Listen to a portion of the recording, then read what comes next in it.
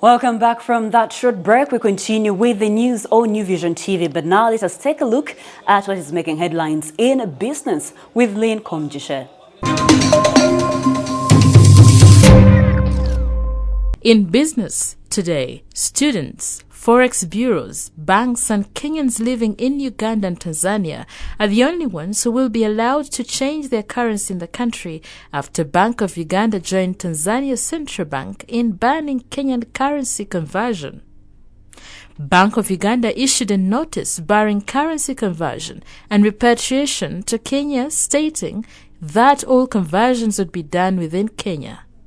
However, the Central Bank of Kenya is cognizant of the risk that some money may be taken outside the country as holders of illicit cash try to circumvent the strict guidelines set to convert the withdrawn 1,000 shillings note. The 1,000 Kenya shillings banknote, which is equivalent to 37,000 Uganda shillings, is the highest value note in neighboring state. The corrupt with millions stashed in their homes have been caught flat-footed. They will have to explain the sources of the money when they take it for exchange. Blocking them from doing it in neighboring countries closes the most viable option. And the government has been advised to regulate expenditure ahead of the 2021 general elections to keep the economy on the rails. The economists say that Uganda does not have a debt crisis, but rather a government crisis. Paul Busharizi, our business analyst, joins us to explain how and why there's a government revenue crisis. Well, I think, as you say, the record shows that as we approach budgets, as we are now, as we approach the elections, as we are now in 2021, government expenditure seems to build up. Yes. It was shown most especially in the 2011 budget.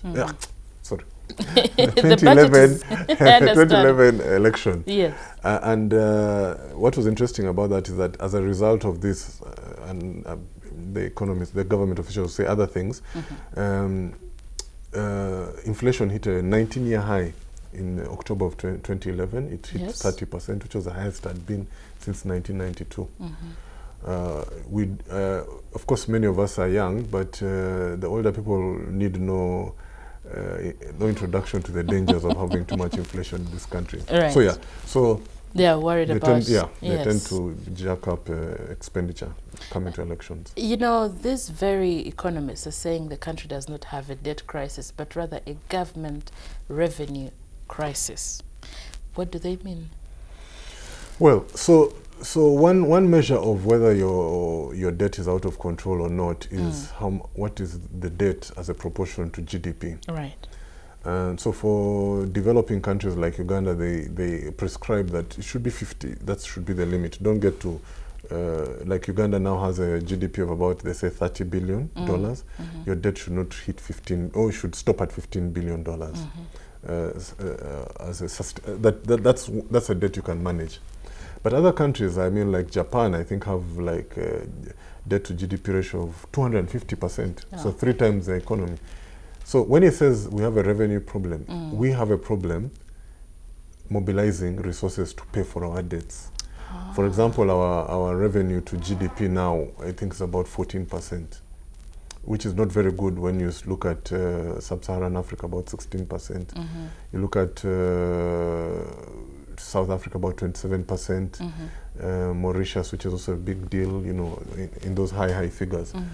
So he's saying that our capacity to mobilize resources internally to pay for the debt is a challenge, not that the debt, which is now at about 40% of GDP, is a problem. All right, thank you, Paul. You're welcome. I'll leave you with Ruth Nasaje.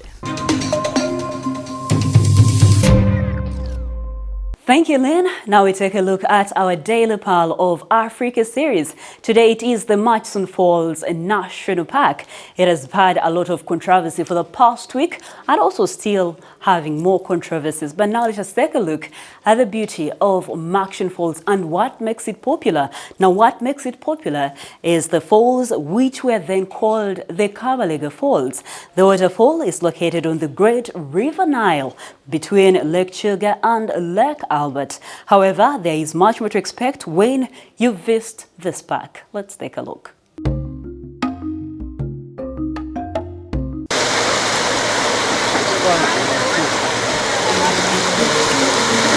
Murchison Falls National Park is a fun-packed national park you will not exhaust in a day, starting with the animals it harbors to the lodges it contains, and most importantly, the popular Murchison Falls.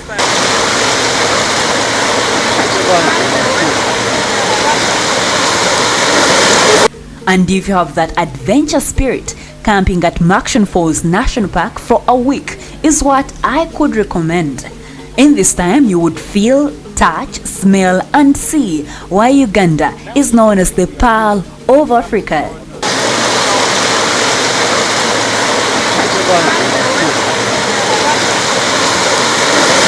Murchison Falls National Park is located in the northern region of the Albertine Rift Valley. Getting to the park is a 3.5 drive from Kampala, Uganda's capital, as you take the road through the Gulu Highway. From here, you connect with Masinde Road to Karuma and eventually get to Pakwach in the western region. If you choose to get here by air, it takes just 1 hour.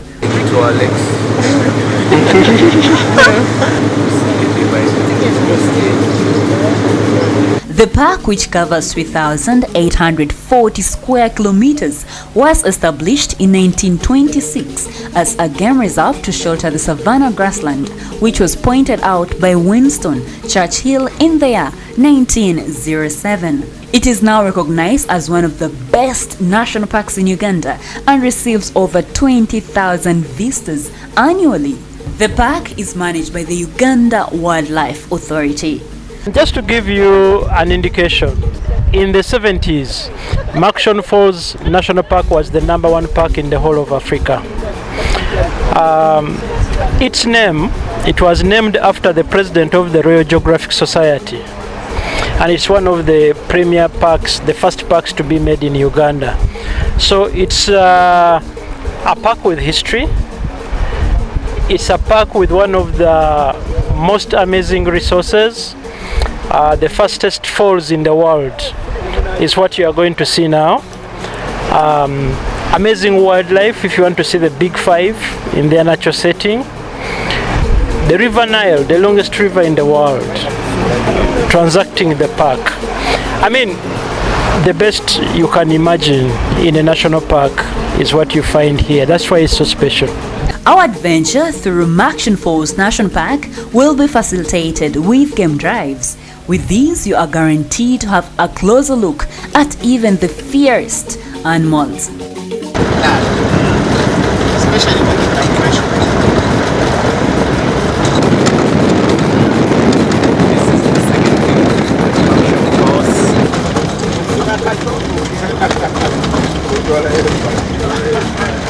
As the game drive continues, we see a number of antelopes.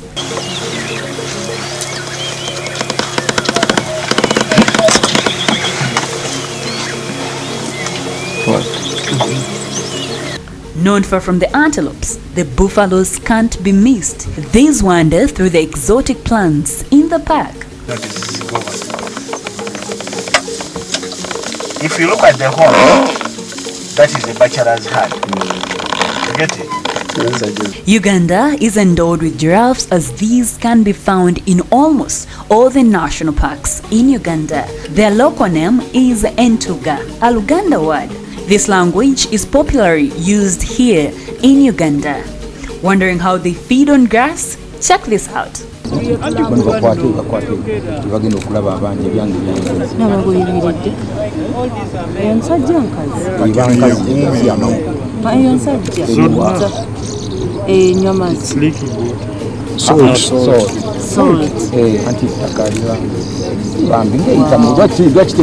Wow, thank you so much. In the grass and the woods, many more animals wander through. These animals are of different species. The hippopotamus are also not far, as we are told they spend most of their time in water. Tom Obongo Kello, a tour guide, gives us an interesting story about the life of hippos at Murchison. Nile is flowing from the southerly direction, moving northwards towards Pakwach, and we call it a hippo pool because this is where you see these hippos behind me here. That is where they live. Ippos normally live in schools, what we call schools, a school of Ippo, that is a herd of Ippo. And they are territorial. They occupy one area almost for life. So this pool, this herd which is in this pool, doesn't go away. This is their territory. Even if they go grazing, they can walk 5 kilometers, 10 kilometers in the night. By morning, they are back in this position. And they protect that territory. So in this school, you are seeing there is a dominant male that is in charge of mating with the females which are here. And they normally mate in water also. They don't mate on land. And when they produce the young ones, normally the mothers, when they're producing, they don't produce where the herd, where the school is. They go and produce from somewhere. Now when they produce, then when the baby reaches a certain age, after some time, the mother brings it now to the herd, to the school. If it is female, it is accepted immediately. But a male may be rejected, a male baby may be rejected by the dominant male and killed immediately also, because he's fearing competition in future. But in the event that he accepts him, then now that one will live until a time when they will have to fight also with the father. And when the father is defeated, the father goes away or is killed. Or when the son is defeated, the son is just away from the school. At this moment, there is no better way. We could miss taking some pictures. So that's obvious.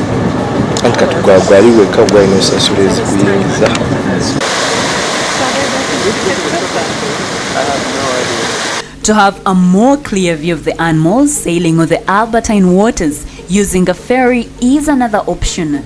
The number one among the big five, the elephant, also grazes and wanders through the Murchison Falls National Park. The most common feature among elephants, whether in the wild or under captivity, is that they move in groups. The young ones are kept in the middle as the old ones take on the sides.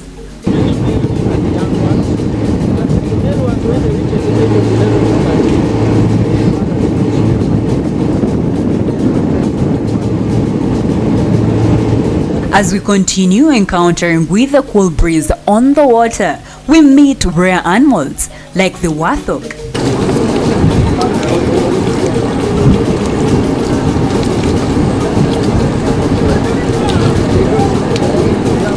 The birds can also not be missed on the water.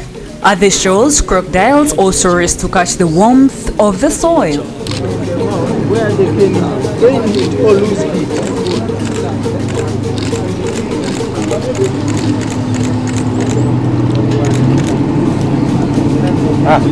Now you see them, I think that there's nothing inside. You can't also fail to see the evergreen vegetation surrounding the shores. The moment that makes this adventure worthwhile is here, and that is the magnificent Murchison Falls. Let's ask a tour guide about these falls. Currently we are at the top of the Murchison Falls. The top level from the point where the water falls through, from the highest level to the bottom level, is around 45 meters. So this water falls through a narrow gorge of around 7 meters wide. That's the average being calculated of the gorge. So as a result, when water is in full capacity, like in the rain season, around 1,000 cubic meters of water is believed to be passing here per second. So making it be the most powerful waterfalls in the world. So we are seeing currently here there are some two blocks. One is on this side, one on the other side. In the early 1954, there was a footbridge being put by Sir Winston Churchill after declaring Uganda to be the Pearl of Africa. Sir Winston Churchill put a footbridge which costed him only £10 to put this footbridge. But in the year 1962, we had some floods. So the flood made the Gulf got congested, and later it created a channel, creating another waterfall which we have behind. The second waterfall? The second waterfalls, which we call it to be Uhuru in local language, but that means independence, or it can mean liberty, because in 1962, Uganda got independence from the British. So in that same year is when this footbridge, which was put by Sir Winston Churchill, was wiped away by the flood. I can't say more than what we have been told, but all I can say is that it is breathtaking being next to the Murchison Falls. This place is indeed beautiful. But I must warn that whoever would wish to swim from the Murchison Falls, it is highly prohibited.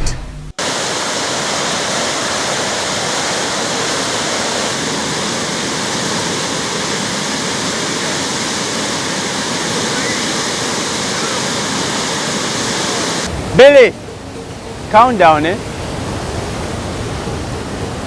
However, some of the activities you could engage in while here are swimming in a luxurious swimming pool, sunbathing, and not forgetting the boat rides.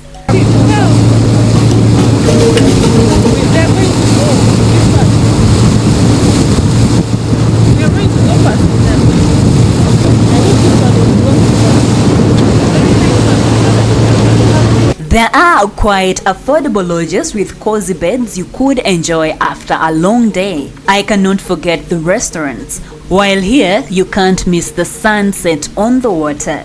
Another plus at Murchison Falls National Park are the cultural music dance groups. You can dance and sing to their tunes.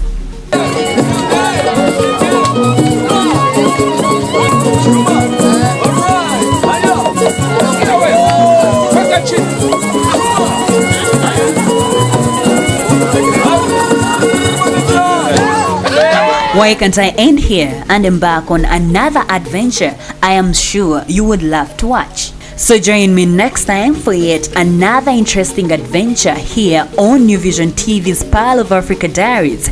I am Ruth Naseje. For more Pearl of Africa stories, visit our website, which is newvision.co.ug/Pearl of Africa.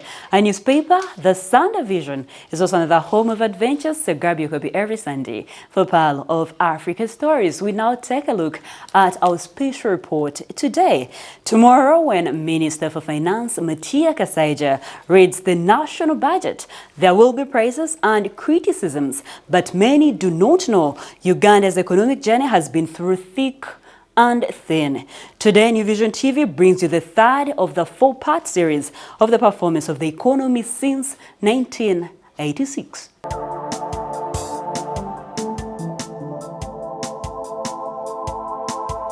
33 years ago, there was nothing in the government coffers. It was a hopeless case, but the new administration, the NRM, fresh from the bush, struggled to turn things around.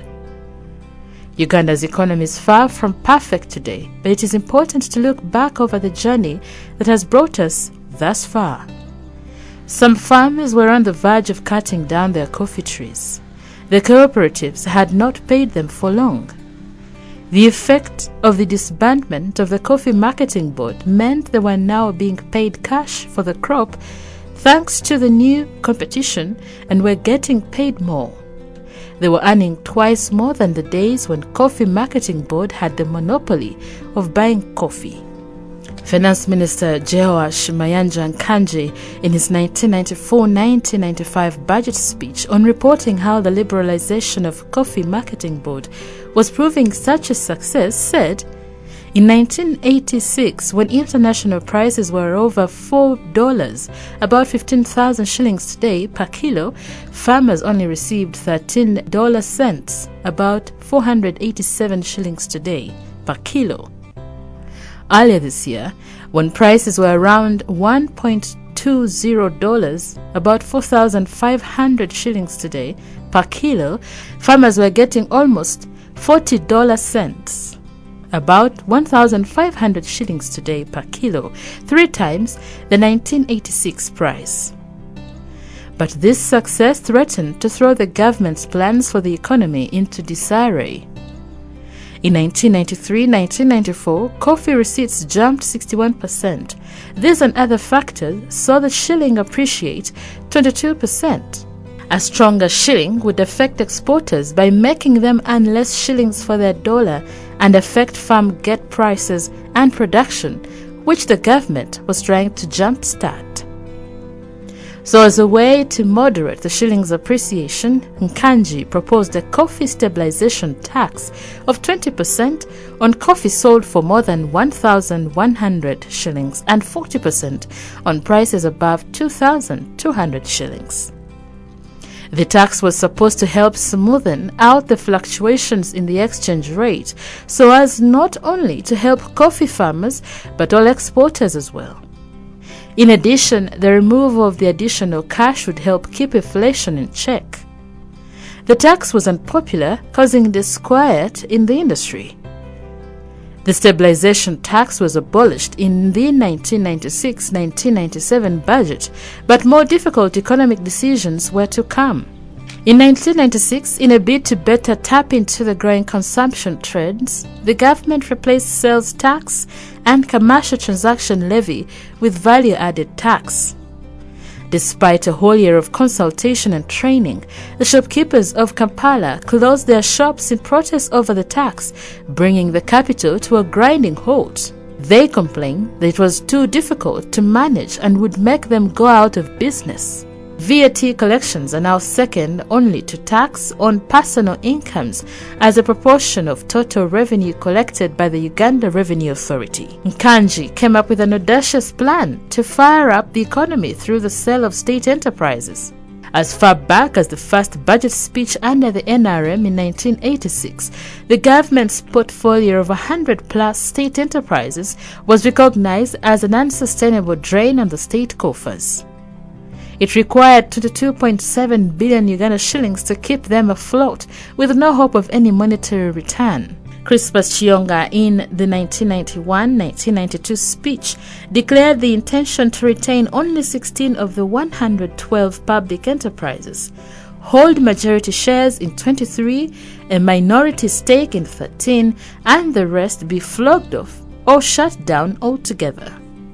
Nkanji reported in his 1993-1994 speech that 9 companies had already been lined up for sale and expected that the process of privatization would be speeded up with the enactment of the Public Enterprise Reform and Divestiture Bill. In 1994-1995, the finance minister reported that 13 public enterprises had been sold off and 51.7 billion shillings had been made. He said an additional 11 companies had been offered to prospective investors. 25 were being prepared and 18 liquidated. At the end of the 1990s, there was a spate of bank closures, including that of Greenland Bank, which was a bitter pill the government had to swallow in order to rein in the industry, which was for a long time undercapitalized and under-regulated. The genesis of this seismic shift in the industry was the government's decision to give greater autonomy to Bank of Uganda through the amendment of the act that governed it and beef up its capacity to regulate the sector. An emboldened Bank of Uganda went around swinging the axe, felling Tefe Bank, International Credit Bank, Sembule Bank, Cooperative Bank, Trust Bank, and Greenland Bank before the turn of the century. The unpopular action helped revitalize the industry and put it at the center of driving economic growth. The critiques of the privatization of UCB and the bank closures of the latter part of 1990s had argued that it delivered the financial sector into foreign hands. The central bank argues that the banks were poorly managed, would have eventually collapsed under the weight of the bad loans they were carrying, and were actually an illegal conduit for wealth from and suspecting depositors to the bank's owners, a situation, if left unchecked, would have produced more problems to the wider economy and the politics of the country. No single privatization polarized the country more than that of Uganda Commercial Bank, the country's biggest bank by branch network, which played a critical role in revenue collections and paying public servants. In the 1980s, the NRM government underwrote an ambitious branch expansion drive that saw it grow to 190 branches countrywide. In the 1988-89 budget speech, Chiyonga reported the bank would open 136 branches in the new financial year. This network is one through which the ill-fated Rural Farmers Credit Scheme was channeled. The Rural Farmers Credit Scheme was intended at providing credit to smallholder farmers. These two initiatives were to prove the bank's downfall. Due to unsustainability, the branch network was pared down to 65 branches at the time of its sale to South African Stanbic Bank in 2001. The Rural Farmers Credit Scheme was poorly executed and ended up saddling the bank with more than 60 billion shillings of bad loans that had to be transferred to non-performing assets recovery trust set up specifically to recover UCB's bad loans. The government plugged the hole created by the removal of these assets by injecting an additional 100 billion shillings into UCB. Do not miss the last part tomorrow, focusing on how infrastructure took over from poverty alleviation.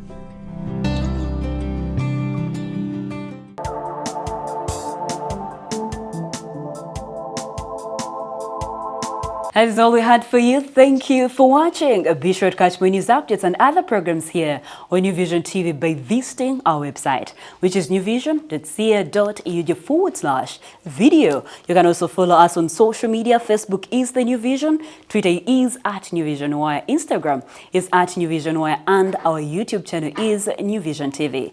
Catch up with me on my Twitter handle. I am Rothy the Voice. Now we end with a fact file.